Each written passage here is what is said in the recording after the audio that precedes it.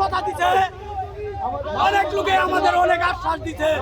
এখন ভাই আমাদের বাড়ি ঘর থাকার আর কোনো জায়গা নাই, রান্না করার কোনো পরিস্থিতি নাই ভাই। সন্তানের অসুখ, সাপ বিচ্ছু জ্বালায় আমরা মরে গেছি ভাই। আমরা রেডি হয়েছি, আমরা ওই রাজপথে জীবন দিব।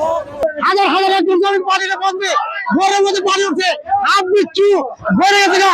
বেশিরভাগ আমলে সরকার থেকে আমলে এই রাস্তা বন্ধ করার পরে এই বন্ধের পানি বন্ধ হয়েছে। এই পানি কেউ করে না।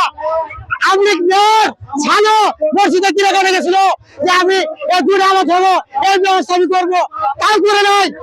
প্রতিবন্ধী পুরো করে দেওয়া মানুষ সাহেবের এমপি বানাইছি, সেও দেখবো না। বাড়ি ঘরে পানি, তার ঘরে রাস্তা অবরোধ করেছি। এই কারণে কানা মানুষ বন্ধ মানুষ চলতে পারে না, পায়খানা যেতে পারে না, গরু বাছুর গলির মধ্যে থাকতে পারে না।